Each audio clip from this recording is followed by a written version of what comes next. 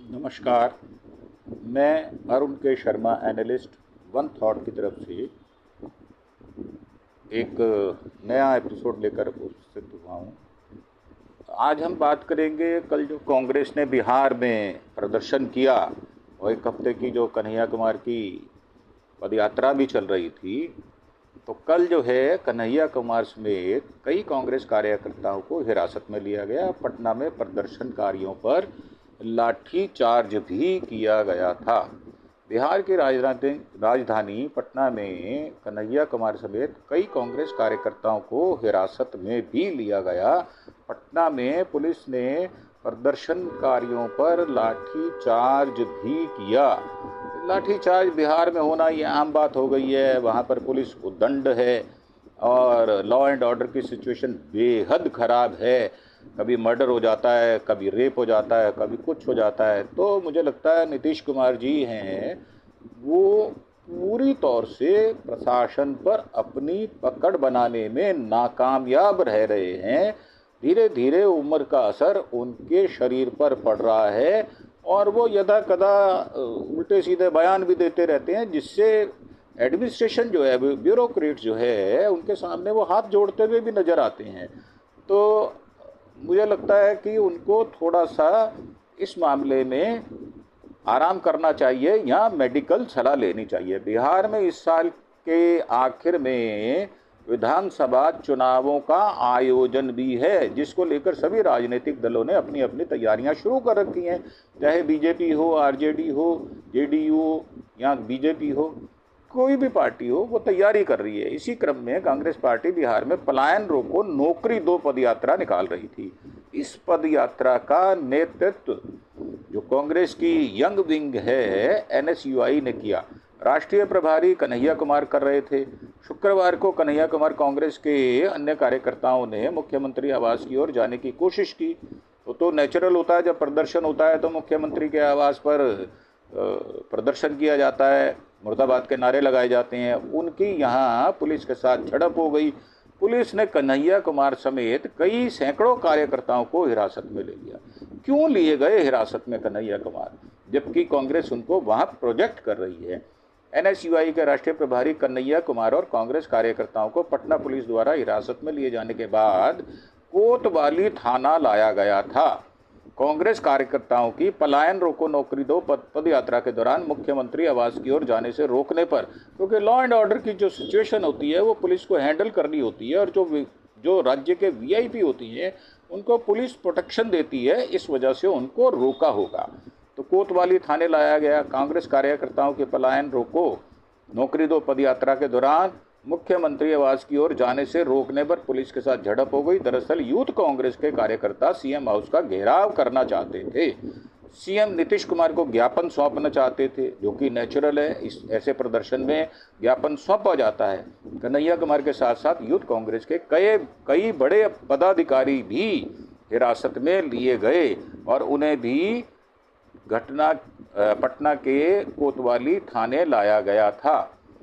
NSUI Bihar के राष्ट्रीय प्रभारी हैं ये, और उनको जब हिरासत में लिया गया है तो इस प्रकार की जो बातचीत है या इस प्रकार की जो वारदात है या इस प्रकार की घटनाएं जो हैं वो होती हैं।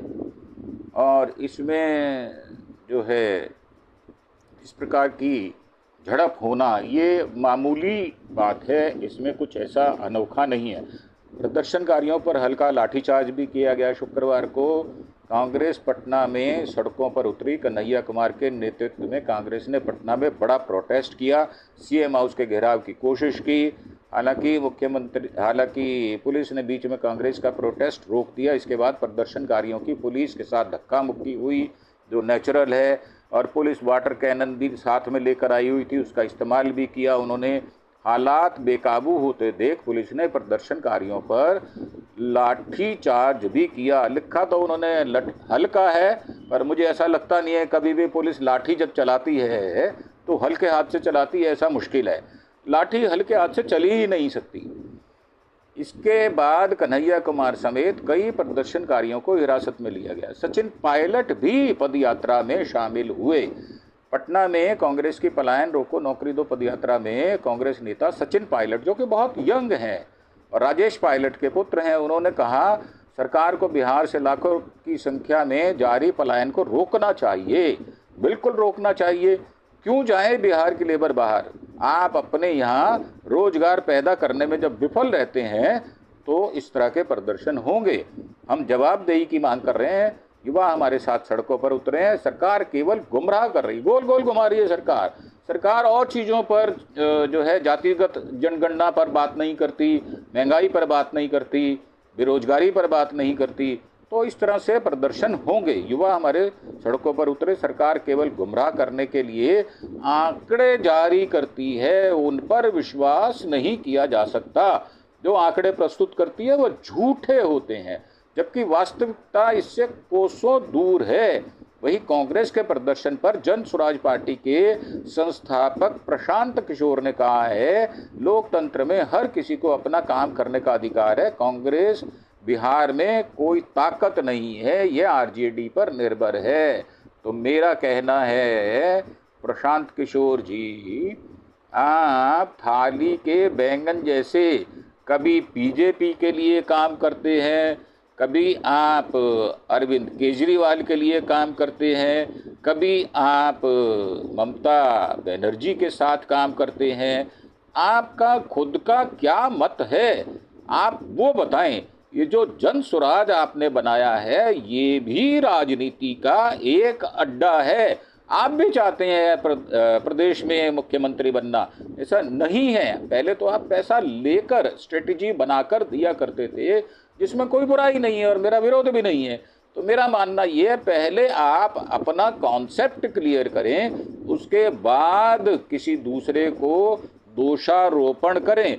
और मोदी साहब की तो ये एक फैशन है कि जहाँ कहीं भी चुनाव होता है 6-8 महीने 10 महीने पहले वो जाना शुरू कर देते हैं।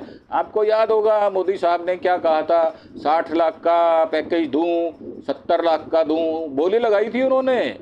जैसे वो बोली करता हूँ, 80 लाख दूं आपको पैकेज, 90 लाख दूं, 1 लाख करोड़ दूं, या 1.25 लाख करोड़ दूं, चलो मैं आपको 1.25 लाख करोड़ देता हूं। ऐसे बात करते हैं मोदी साहब जैसे वो अपने परिवार की प्रॉपर्टी सौंप रहे हो किसी भी प्रदेश को।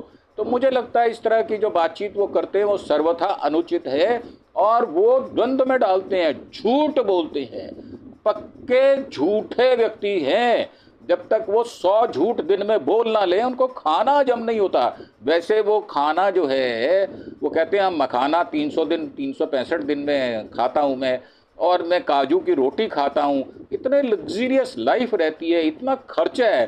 पूरे विश्व में हमारा जो प्रधानमंत्री है वो परिधान मंत्री बन गया है और उसका खाने पीने का खर्चा, बाहर घूमने का खर्चा 6600 करोड़ रुपया उनकी यात्राओं पर खर्च हो चुका है।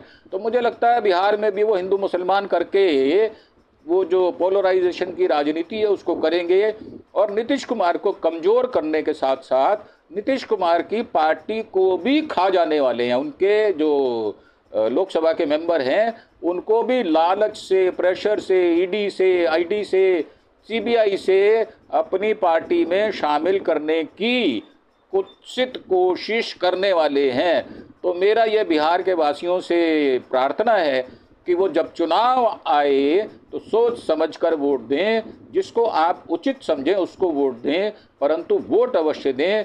अब ये 8 महीने जो बाकी बचे हुए हैं इसमें वोट की राजनीति और राजनीतिक जो है चुनावी राजनीति ये हावी रहेगी। रोज नई नई खबरें आपको बिहार में देखने सुनने को मिलेंगी। इसी के साथ मैं आपसे आज्ञा चाहता हूँ। Thank you.